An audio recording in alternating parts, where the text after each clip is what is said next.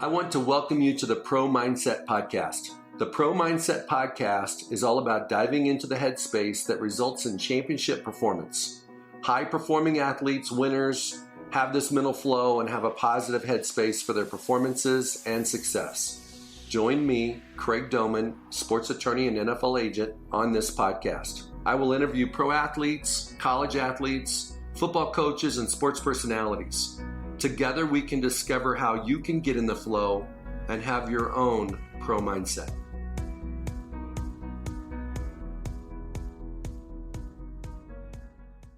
So today on Pro Mindset, we have as a special guest one of my former college roommates, Gary Sobba. Gary is currently the executive director of the Wells Fargo PGA Golf Tournament in Charlotte, North Carolina. And Gary's had a decorated sports business career at the college level with Learfield, and now he's in the PGA. Gary, welcome to the show. I'm glad to be on, Craig. Thanks for calling. Okay, so Gary, being in the position that you're in, why don't you describe for our audience, what is your current position with the PGA and with the Wells Fargo event? Yeah, I'm the tournament director for the Wells Fargo Championship, which is an event in Charlotte, North Carolina. We actually work for a charity. All the PGA events, the host organization in each community, whether you're at the Waste Management, whether you're at the Dale Match Play, whether you're at the Genesis, you have a local organization that's a 501c3, and that group here is Champions for Education. And when the tournament comes to town, we put on from soup to nuts all aspects of a PGA event. So in kind of a nutshell, that's what I do. Okay, so let's go back prior to that. I spent about 25 years in college athletics, started on within the athletic department side at Wichita State in Houston. And then school started to outsource their marketing rights in the mid-'90s, and I bundled their rights. And the schools found that private enterprise could, for a variety of reasons, could generate more dollars for athletics departments than what they had internally. So for 15 years, I ran for the University of North Carolina their Tar Heel Sports Marketing, which was the multimedia rights holder. And when I say multimedia rights, that's if you walk into a stadium, all the signage, if you listen to radio broadcasts or coaches' shows or on the internet, the websites, all those things, we packaged those up for sponsors. So for 15 years, I did that in Chapel Hill. And then I also negotiated media rights deals for Learfield Sports out of Dallas for about 2.5 years prior to coming here. Awesome. Okay. So the title of the podcast is Pro Mindset. And what it's about is, the elite performers have, like Michael Jordan, LeBron, some of those kind of guys, Tom Brady, they have a different perspective on their game. When you look at the PGA, what do you see as the difference from the vantage point that you have in dealing with the players that come to your event? Do you notice a difference between the elite guys and the rest, or they all look the same?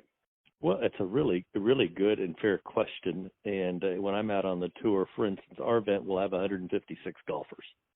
And you'll have anywhere from a Tiger Woods, Rory McIlroy to a guy who, I'm going to use an example. The final guy in our field a year ago was the guy named Brendan Todd. Brendan Todd was given an exemption. He was from Raleigh in the area, Green Hope High School, University of Georgia, and so forth. And I'll come back to him. But if you were on the range and if you knew golf, you'd sit behind these guys. They almost all hit it the same. Tiger might hit a little further, Dustin Johnson, Cameron Champ. But you sit back there and the swings just look very similar, ball flight similar. The real difference is who makes the most putts, and it's confidence. And that's when you look at 0.1 strokes per round over the course of 4 days, all of a sudden half a stroke, but, a stroke per tournament leaves a significant difference in dollars. So it's just amazing. The guys are hitting it well, and the guys that can get up and down and putt it well. I would tend to say that's confidence. And let me back up to the Brendan Todd issue. You've got Tiger in the field, you've got Rory, but Brendan Todd, 156 and 156, actually made the cut here, cashed nearly $100,000.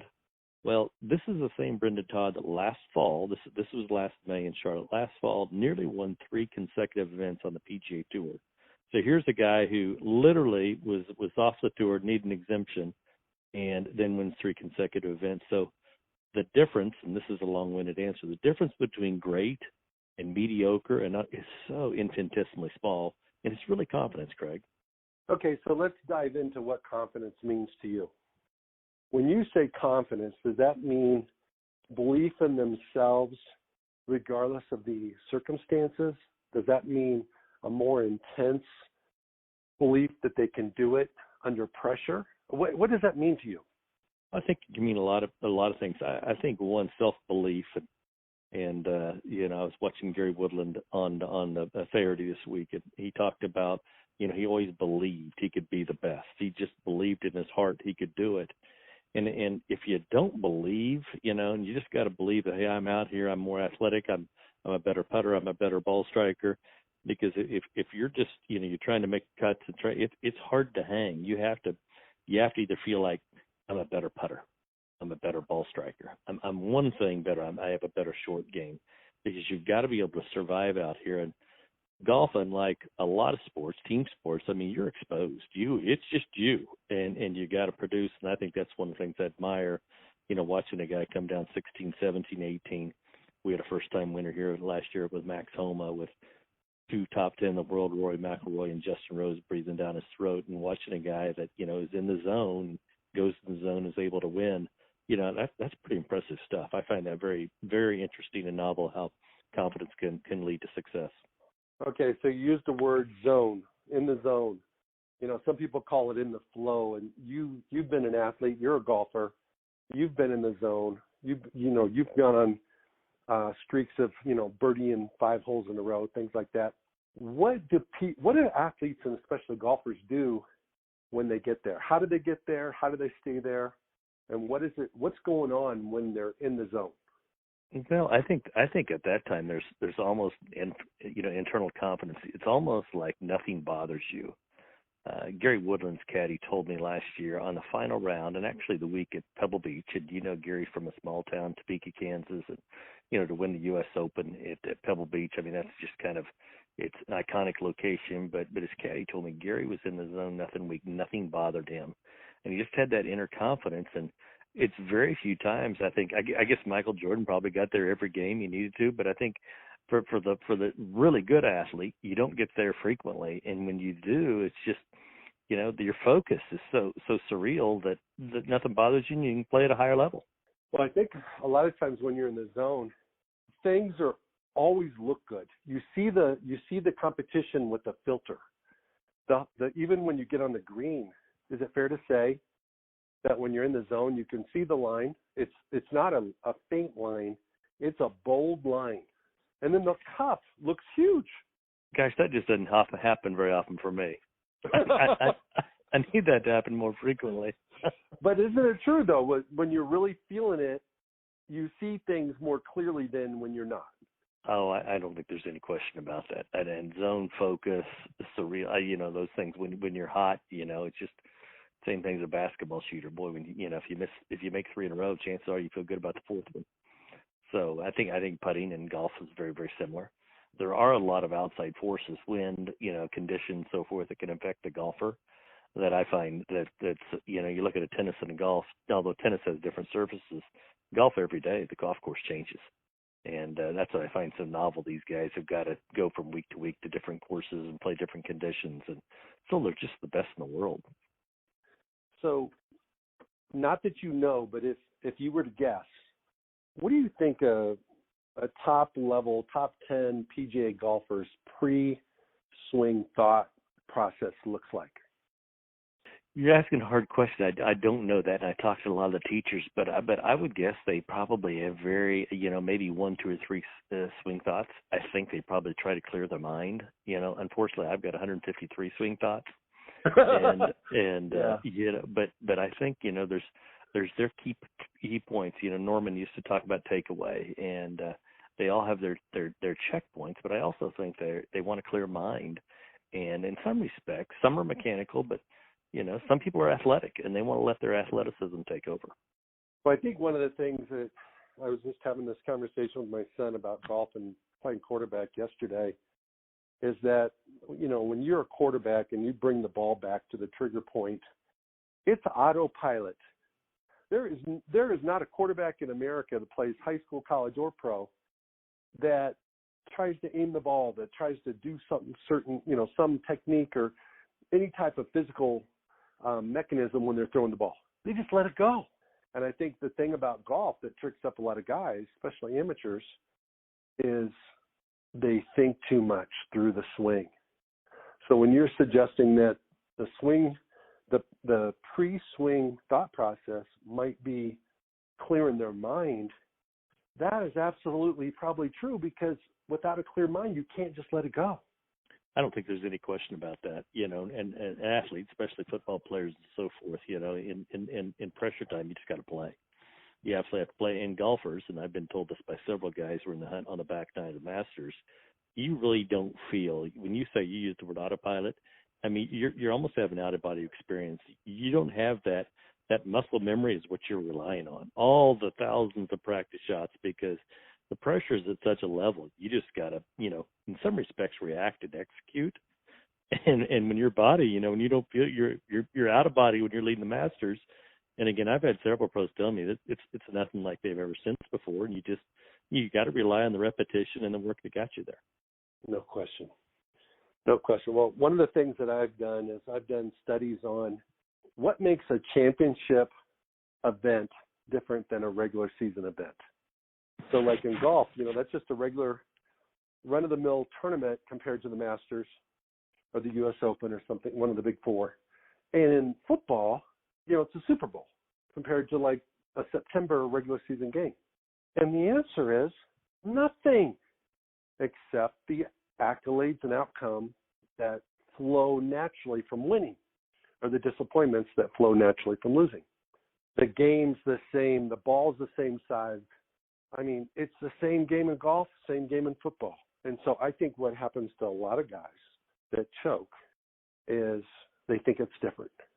When if you're in a 199-yard par 3 in the Masters with undulating greens and all this fancy stuff, it's still golf, still a par 3. You just, hey, maybe if you make that, you get a birdie or a par, you might end up winning a lot of money and get a green jacket. What is pressure is an interesting thing. Pressure, with any individual, whether it's a football player or a golfer. In football, sometimes you can't see the pressure, but in golf, you can almost feel the pressure. Pressure does different things to different people, and in all the sports, especially individual sports, I think most people say the back nine of the Masters, at least in pro sports, for an individual probably has the greatest amount of pressure ever. So even the greatest of athletes have never experienced this. They just haven't. So until you get there several times, usually you've got to be able to, whether it's through your breathing, whether it's through your walking, you've got to be able to slow your body down. Anyway, Harold Varner, Harold Varner on the tour was playing in the PGA 2 years ago it was a year ago, up in New York. I'm joking on the course, and he told me, Gary, he goes, I always warm up in 45 minutes. I hit this. He goes, for whatever reason, I couldn't slow my body down, and I warmed up in like 36 minutes. And he goes, I knew it. I knew what I was doing, but, I just had not been there and done that. So it's interesting how pressure affects even the great players. Oh, no doubt. No doubt. There is no doubt. I mean, in the history of sports and all different sports, there's multitudes of moments of guys choking. And it's because they let pressure get to them. And it was the Beth Page Black course. It was actually the golf course. He told me about that. He was playing the PGA, and I believe he was playing at Brooks Koepka. Gotcha. Okay, let's shift gears. Let's go back to your world at North Carolina and Chapel Hill. You're probably had a good relationship with Larry Fedora, Roy Williams, and guys in those positions. What did you see, from a guy like Roy that enabled him to, kill it at University of Kansas, go back to his alma mater in North Carolina, and, continue what Dean Smith started? Yeah, and I think all coaches are like snowflakes. They're all a little bit different, but the great coaches, and Roy Williams is one, because I think Roy's like the consummate. He doesn't have any weaknesses. He's really good at everything. But the best coaches I've been around are really smart individuals. I mean, they're just smart, and they get it, and they're analytical. One of my mentors is a guy named Bill Yeoman, who was the legendary football coach and invented the veer option in Houston. And he was a football coach. His brother was a doctor from Harvard, and Bill had a higher IQ. So literally in any business, in any sport, Dean Smith was unbelievably intelligent, and good coaches that know how to convey and know how to teach. It really comes down to, like in any business, the smarter you are, the better chance you have. And I look at Coach Williams. He's extremely intelligent, extremely competitive. You got to have a competitive drive and can convey and relate to kids. And those are really, to me, critical factors: intelligence, competitiveness, and their ability to communicate. Okay, so let's talk about intelligence, because just by itself, you can be really smart, but it's the application of that intelligence to your sport and to your team or to your players. How does guys like Roy and other great coaches you've been around, what do you see as like the secret sauce they have with their relationships with their players? Well, they're all different. It's hard to really, compare coaches, but I would say most of them understand who they are, understand their strengths, their weaknesses, and if they believe in a plan or a philosophy, they stick to it. I know Coach Williams has always, from recruiting, he's always tried to develop a relationship with a kid or his high school coach, and typically if he had to go a different route, he might say no to that recruit. That's just who he is. So he's been steadfast in his beliefs, and they've worked unbelievably well for a number of years. So, but I've worked with the national championship coach at Wichita State, Gene Stevenson, far different, or Bill Yeoman. So they're all very different, but their competitiveness and their work ethic. Let me digress to Coach Williams. He always talks about if you skip a day recruiting, it's like skipping a day shaving. Everyone will notice. He literally outworks everybody, and I found that to be in my career very critical. Is that if somebody else is out taking a day to play golf on a recruiting calendar day, boy, if I'm not, I feel like I've got a competitive advantage, which kind of leads back to that competence piece. I'm outworking you. I got a better chance to win. Well, I think there's like a jury inside everybody's brain that if you deserve it and you've earned it and you feel more entitled for it, that it's easier for it to happen. And it just shows up, it manifests itself. And so if you feel guilty as a human for not doing what you should have did, you're less likely to be successful. Well, I think frauds get exposed, and especially that level. When you're competing at the highest level, frauds are going to get exposed. And if you're not, you don't have to win national titles, but the fact you're getting there, you're really, really accomplished. You're watching replays right now in because of unfortunately what's going on in our country. And I happened to watch the end of Carolina Villanova 2 days ago, and Villanova won on the last second buzzer beater and so forth. Well, and now the fact that it is on tape, Carolina won the next year. Well, I can only imagine how many coaches, if that was their only trip to the Final Four and they lost, how just absolutely devastating that would be for a coach. But Coach Williams had already won 2 national titles, and he wins the next year. His belief in his system, while I'm certain he was just heartbroken, but the fact that he challenged his team and they came back to win the next year, just shows about the resiliency and the toughness of those guys. We haven't talked toughness, but the really good ones are tougher than nails.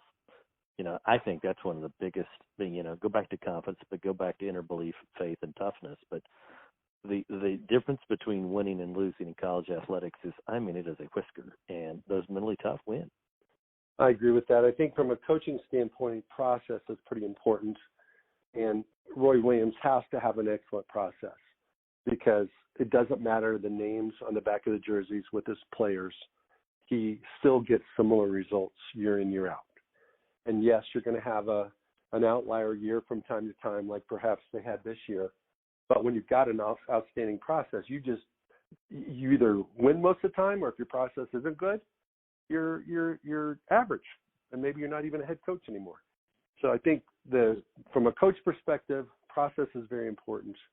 And then from a kind of connecting back to what you talked about with respect to toughness, NFL coaches, NFL scouts talk about it all the time. You're gonna get smacked in the mouth. What's going to be your response? You're going to fail. What's going to be your response? Mental toughness is a prime time ingredient for successful NFL guys. Totally agree. I mean, you got 100 guys that can run a 4.5 or 4.4 faster. Cornerback's probably the position in the NFL. How many 4-4-4-5 guys are there out there? All day long. What makes guys special? And it's not just skill set. It's hey, do they have a short memory? And are they tough as nails? And those guys that are getting paid big dollars. Yeah. So let's kind of bounce around to, with the virus going on right now and the Final Four and March Madness being canceled. What's your opinion about, should they name the number one team the national champion? Or what's your perspective on that? You've been in college sports, like you said, 2.5 decades. Well, as a two-time alum of Kansas and talking to alum of Kansas, the University of Kansas should absolutely be named, since they ended up consensus number one, they absolutely should be named the national champion. Rock Chalk Jayhawk right there, Gary. That's what I'm saying. Let's get that real clear. Validate that for me right now. We don't have a football team, but hey, we got a basketball program. Put that banner in the rafters, and I guarantee you Coach Self will. But hey, we may cheat with the best of them, but dang it, we got a good b-ball team. No comment. But it is a weird time in the world, isn't it? Oh my gosh, and for the youngsters that've never been through this, we've never been through this. And it is painful, and every day it seems like the screws are getting tightened all over the nation, and obviously I'm not really paying attention what's going on globally except for statistics. But it's like more and more governors and mayors are issuing orders of stay home. And I think at some point in time, people are going to go crazy. But I think. Well, I already have. I'm day 4 of socialization or social distancing, and I've gone super nuts. So let's go to your role as executive director of the Wells Fargo Championship. What is the coolest thing you get to do in your job that maybe when you were sitting in Lawrence, Kansas as a young, dumb, college kid, you never dreamed you'd get a chance to do? Oh gosh, there's so many things, but it's not even something I even dreamed of growing up. I didn't think about it. I had loved golf. My brother was a state champion, and obviously I could play, but never dreamed about getting in the golf business. But I'll tell you a couple of stories. I'll go out and recruit 4 or 5 times a year. And one of the best events to recruit is the Hero, which is Tiger Woods Classic in the Bahamas right after Thanksgiving. And it's 18 of the top 30 golfers in the world there. I mean, it's big names. And I happen to get to know a little bit Tiger Woods' caddy and one of his managers. And I'm talking to them on the green. And all of a sudden I kind of see out of the corner of my eye walking towards me is Tiger Woods. And he sticks out his hand to shake my hand and introduce himself as Tiger Woods. And Lord knows I knew who he was. And I said, "Hi, I'm Gary Sobba." And I'm just thinking internally, Gary, don't do something totally stupid right now. And so just some experiences that you meet people and you're on the inner circle with watching Rory McIlroy or talking to him for a few seconds. And I would tell you one of the things that people need to know is what class young individuals they are. There are not bad guys on the tour. Yeah, there's always one, like anything, but I mean the percentage is amazingly small. We should be so proud of what these, I'll call young, golfers are doing. These young professionals, they handle themselves well, they carry themselves well. But I've just been able to get close to a lot of people, and it's just part of the job. Isn't it fair to say, I mean, you grew up in a small town, I did too, and, everybody puts their pants on the same way, and even the most successful people in their industries, whether it's PGA golfers in golf or, NFL all-pros in football, they're just like us. They really are just like us. They just have an innate ability to perform at their craft at the highest level of anybody on the planet. Very much so. And I don't think a lot of people know the sacrifice they all make, to go out there and, a golfer, while you're on TV on Saturday, Sunday, it's a very nomadic lifestyle. And if you don't play, you don't make money. You've got to make cuts. So week to week, I mean, you're flying to a new location. You're typically by yourself. You might have your teacher, a new hotel. You're checking in. You're going out. And you're trying to really, these guys are friends. You're trying to beat a lot of your friends' brains in to go make money. But then you go do it the next week. And if you miss cuts, and there's a lot of guys, it's easy. The top 25 guys on the tour you can name. But when you get on past that, And if I told you 150 through 1,000, that level, oh my gosh, the difference is not that far. And, you just got to, you start making putts and get confidence. And it's just amazing how many great golfers there are that can't even come close to the tour. And then you take the guys that now are inside the top 25. They're the best in the world. But the sacrifices they've had to go to get there are pretty immense. Well, I would agree with that. And I don't know any pro golfers at the moment, but I can tell you from the NFL that you have, Rob Ninkovich, in my podcast interview with him, shared with me that he had football on the brain from middle school on. And all he thought about was football. And everything that he did was always in alignment with his dream of playing in the NFL. And when he made it to the NFL, he still didn't take it for granted. He pretty much lived in his car for the first couple of years. He just didn't want to believe he's there. It wasn't until he was in the league 8 or 9 years and he made a lot of money and had a couple Super Bowl rings that he really kind of enjoyed the spoils of being in the NFL. And I think that single-mindedness that he took is a must-have for anybody that wants to be the best in the world at anything.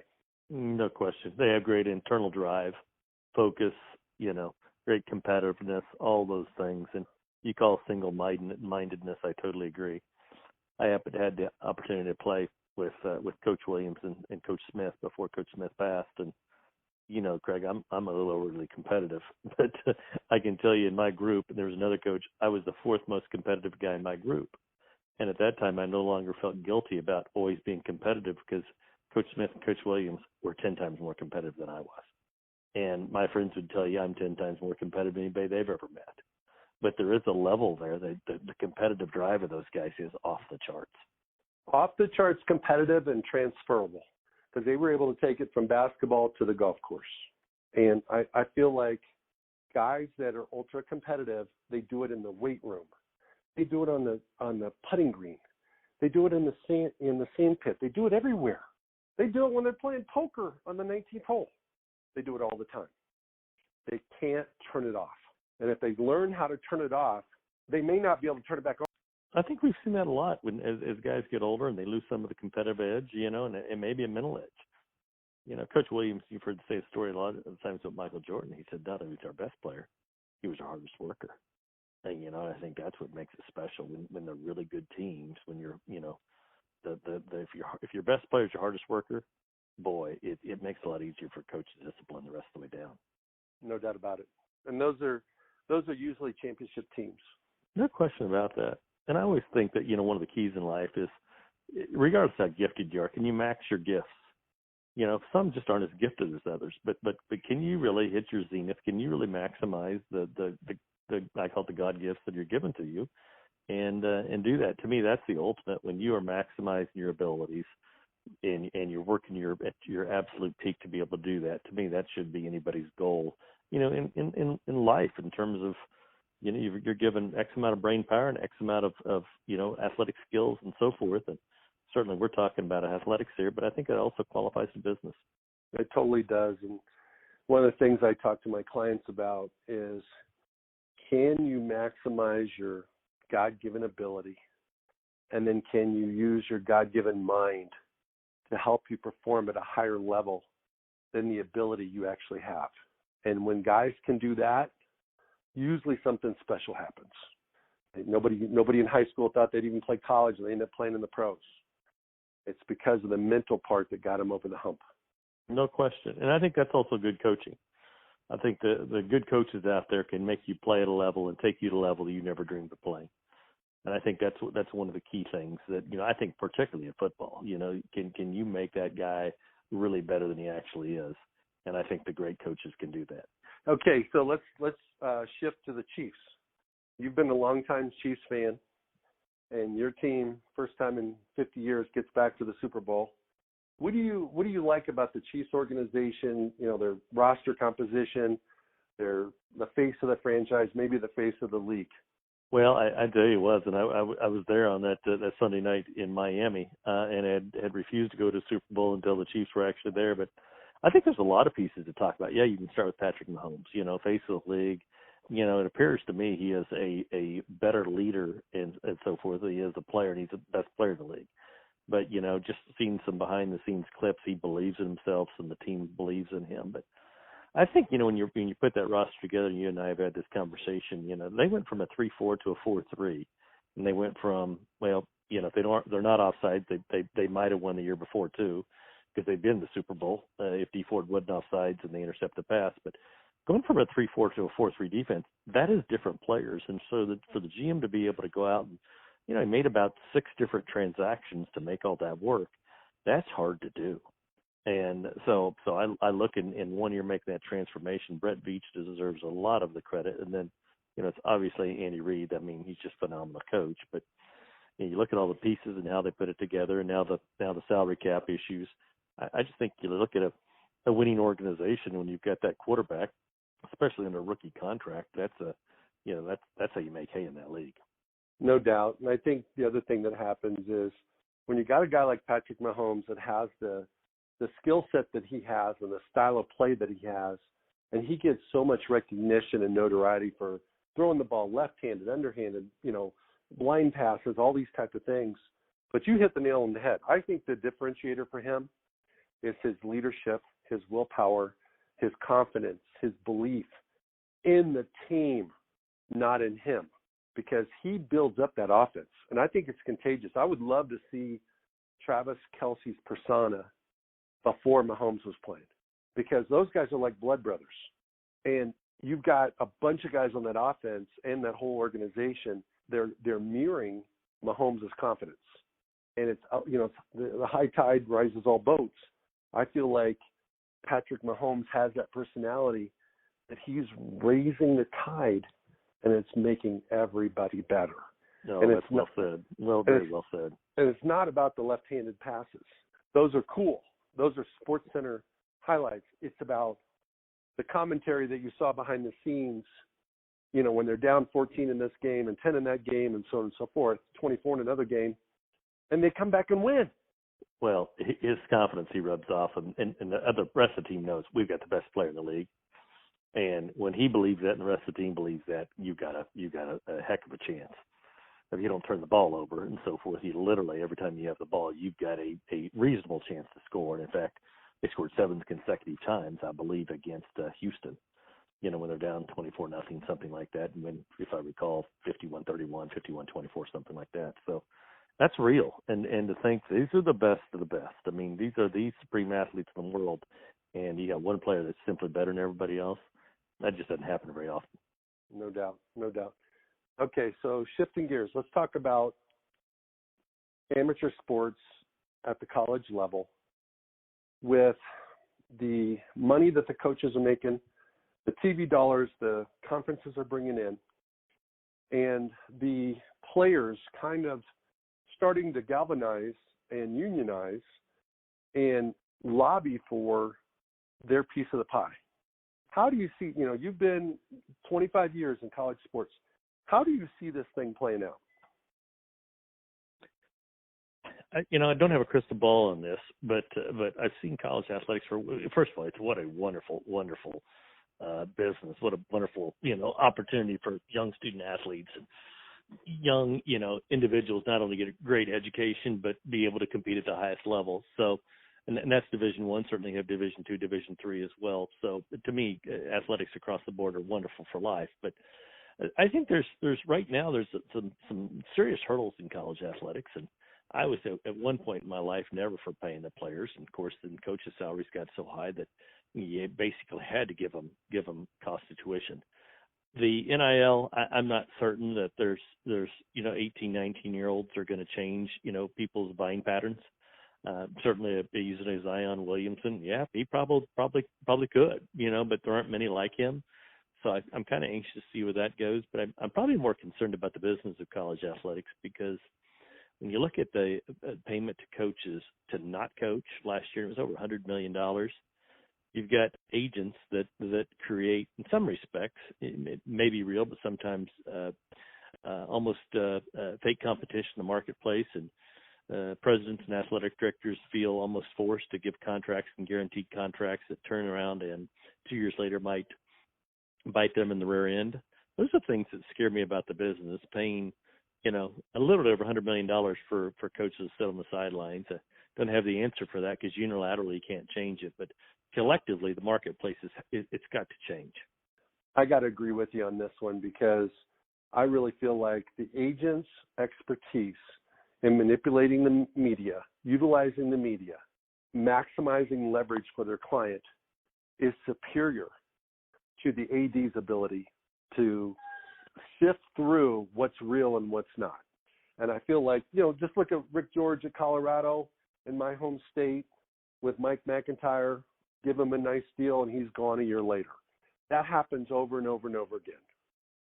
It happens time and time again. And most ADs are really smart people. They're not unintelligent people, but many times there are factors beyond their control.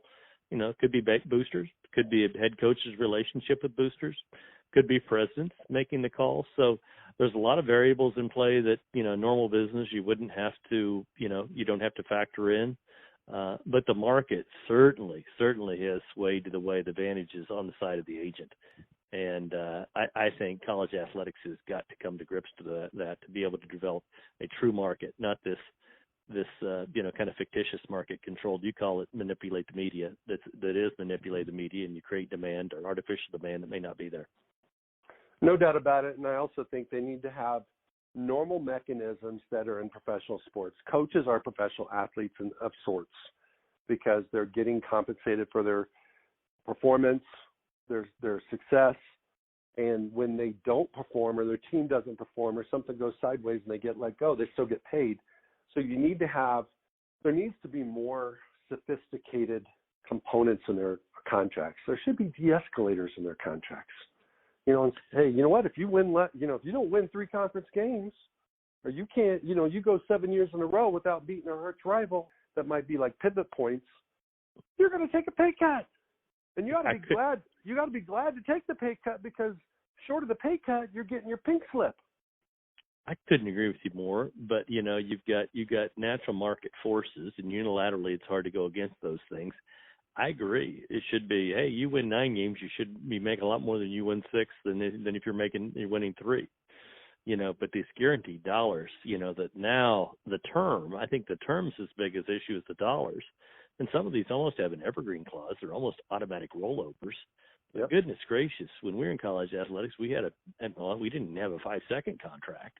And to give guys 7-8 years that are commanding, $7, $8, $9 million, and we're depending on where they are in their life, their work ethic might change. I mean, I think it's been found time, true and time again that hey, you're later in life, you can sign a long-term deal. Sometimes you can get comfortable. And that may not be an age thing, but it's just a comfort thing. Well, there's no doubt that money doesn't matter your age. Once you get more money than you need and more money than maybe you even dreamed of, guys get soft. So here's kind of my last question. What did I not ask you that you would have liked me to ask you? Talk about passion. Okay. Gary, I'm just going to share with you what I've learned from reverse engineering, elite performers. They believe in themselves. You already talked about that. They're passionate about what they do. They are motivated. That's the thinking patterns of every single successful person I know, regardless of whether they're a sports performer or not. And if you don't believe in yourself, everybody else reflects that lack of belief. If you're not passionate, you're not going to be successful. But if you are passionate, what I see happening a lot is sometimes other passions surpass their primary passion. And when that happens, that's when their career starts going south. And then they have to be motivated. Share with us your perspective on what passion means to you in competition. Well, I think, and I'll use it in business and life, those that are passionate about what they do are going to be more driven to do it. I'm really, honestly, I hate to say this, but I've never really had to work a day in my life because I've been in college sports and golf and so forth. Yeah, there's a lot of pressure and there's a lot of work, but literally getting out of the bed in the morning to go to work. And I think the great athletes, they are passionate about what they do. And their self-drive is it's fundamentally it's because of when they wake up in the morning, they want to be the best. So they found a career, they found a sport, they found, whether it's individual or team, something they love doing. And I think the passion drives everything. we've talked about confidence, but, the ability to get out there and work the hardest. Passion could be somewhat described in work ethic as well. Those who are gifted, but then work the hardest, then you add the intelligence piece, at the highest level, they work the hardest, they're the most gifted, and they're the smartest. And, I think that's pretty true across the board. How do you see that playing out on a golf tournament, on a 4-day weekend on the PGA Tour?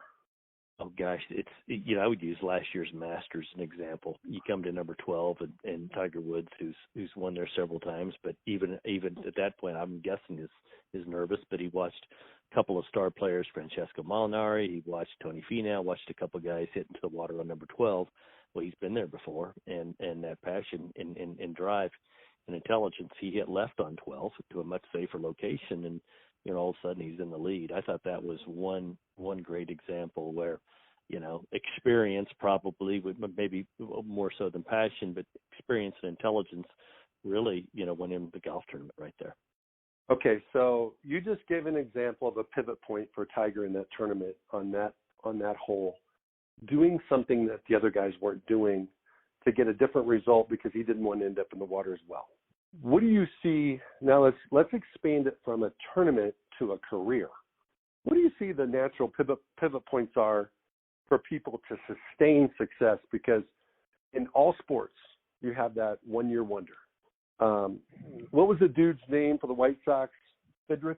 I think he was Detroit. Mark the Bird Fidrich. Detroit Tiger. Detroit Tiger. Okay. He patted the mound down. Yeah, so he did it 1 year. 20-game winner. RG3 did it for 1 year in Washington, was Rookie of the Year, and then disappeared. What does it take for a guy or girl to sustain career success? Well, there can be many things. And many times at that level, you have to worry about injuries. Sometimes people's body, Mark Bird, I think he blew out his shoulder or his elbow.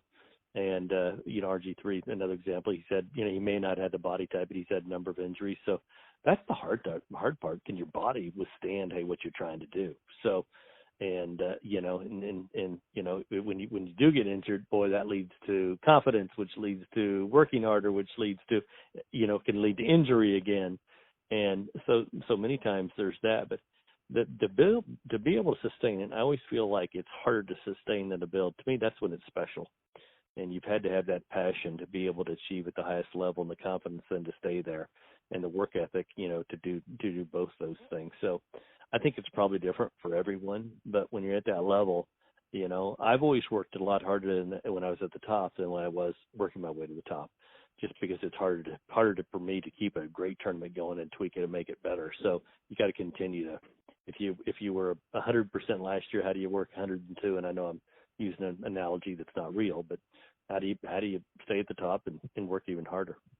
Well, I don't doubt that, and I agree with that. And I would just say that the team and the coach that popped in my head while you were describing that was Belichick and the Patriots, because it is really, really hard to get to the Super Bowl and win a Super Bowl, but it's harder to stay there. That's why there's only a handful of dynasties in the NFL in the history of the 100 years. And, it'll be interesting to see with the Chiefs if they have the ability to get back in 2020 or 2021. Because, with the Patriots, they've won the AFC East like 15 consecutive years. That conference is terrible, Greg. AFC West is hard. Well, there are probably some truth to that, but here's the deal: 15 years in a row. Okay, let's see this year. Let's see with Brady gone. Let's see what happens. I'm gonna take the 15 years tops, and I'm probably wrong. I think you're right. I'm betting on the Bills. I think everybody's going to bet on the Bills. I think they've got a great GM, Brandon Beane, that came from the Carolina Panthers. He's doing a great job putting the pieces of the puzzle together. He really has. They're making some good moves, and when you got a quarterback like Josh Allen, you got to give him some weapons. They bring in Diggs. They're doing some things. They're going to continue to build through the draft. They have to. If you don't surround the quarterback, the franchise quarterback, who might end up being the number one guy in that whole draft class, and some people might argue it's Lamar Jackson or somebody else, but I think over the long haul, Josh Allen could be that guy.